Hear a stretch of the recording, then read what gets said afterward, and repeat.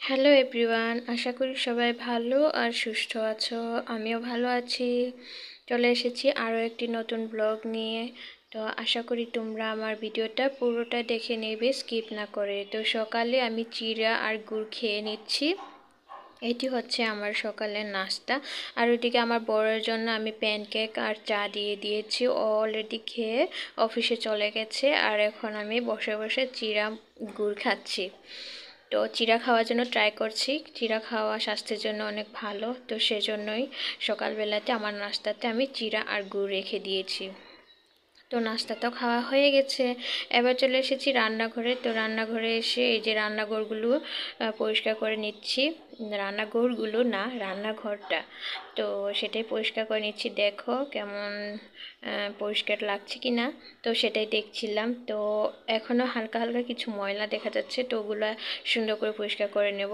আর এদিকে যে টাইলসের উপরে এই নিচে তো বেসিন আছে, তো এখানে থাল বাসন বা পাতিলগুলো ধুলে পরে এখানে ছিটকে ছিটকে পড়ে, সাবান তেল এগুলো পড়ে, তো সেটাই একটু পরিষ্কার করে নিচ্ছিলাম।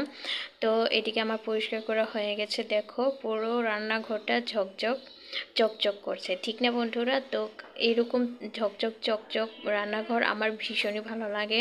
তো রান্নাঘরটা যেন আমার ময়লা দেখলে একদমই ভালো লাগে না। তো সেজন্য সবসময় চেষ্টা করি আমি রান্নাঘরটাকে পরিষ্কার করে রাখার জন্য। তো তোমরা তো দেখোই আমার রান্নাঘরটা প্রায় সময়ই পরিষ্কার থাকে। তো যখনই ময়লা হয় তখনই আমি পরিষ্কার করে নিই। আর এদিকে নিচে ফ্লোরগুলো রয়ে গেছে এখন পরিষ্কার করতে, তো সেটাই পরিষ্কার করে নেব। তো এদিকে আমি কাপড়গুলো ধুয়ে নিয়েছি। শীত শীত তো প্রায় চলেই এসেছে। ঢাকা শহরে খুব একটা ঠান্ডা পড়ে না, তারপরেও কিন্তু শীতের হাওয়া বইছে। তাই আমি শীতের কাপড়গুলো একটু ধুয়ে নিলাম। সোয়েটার জ্যাকেট যেগুলো রয়ে গেছে সেগুলো, আরও কিছু কিছু রয়েছে, তো সেগুলো ধুয়ে নিব আস্তে আস্তে।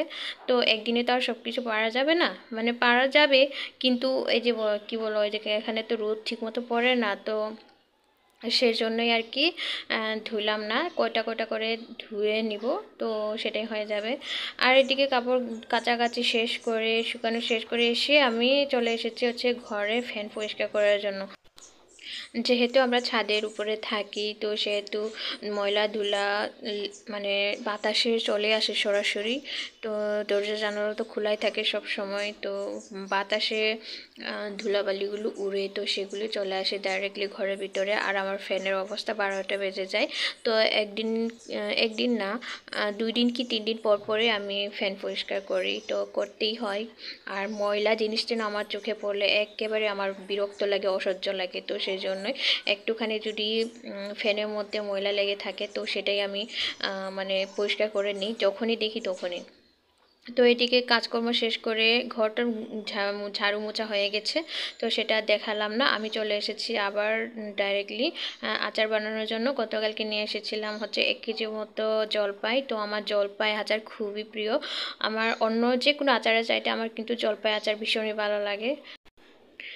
এদিকে আচার বানানোর জন্য রান্নাঘরে চলে এসেছি, আর যা যা লাগে সব কিছু নিয়ে আচার বানানোর জন্য চলে এসেছি। এদিকে আমি জলপাইটাকে সেদ্ধ করে একবারে হাত দিয়ে পেস্ট করে নিয়েছি, আর গুড়টাকেও ভালো করে মিহি করে কেটে নিয়েছি। এদিকে সরষের তেল নিয়েছিলাম, সেগুলো তোমাদেরকে দেখিয়ে দিলাম। আর এদিকে হচ্ছে আমি আচার বানিয়ে কিছুক্ষণ রেস্টে রেখেছিলাম। এখন তোমাদেরকে দেখাচ্ছি হচ্ছে ঠান্ডা করে যখন বয়ামে ভরলাম তখন তোমাদেরকে দেখালাম। এটা একবারে বিকেলবেলায়।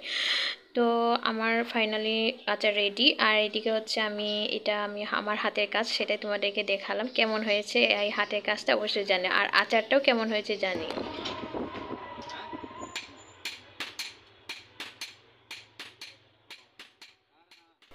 একেই মনে হয় বলে শেকড়ার টুকটাক কামারের এক ঘা, ঠিক না বন্ধুরা?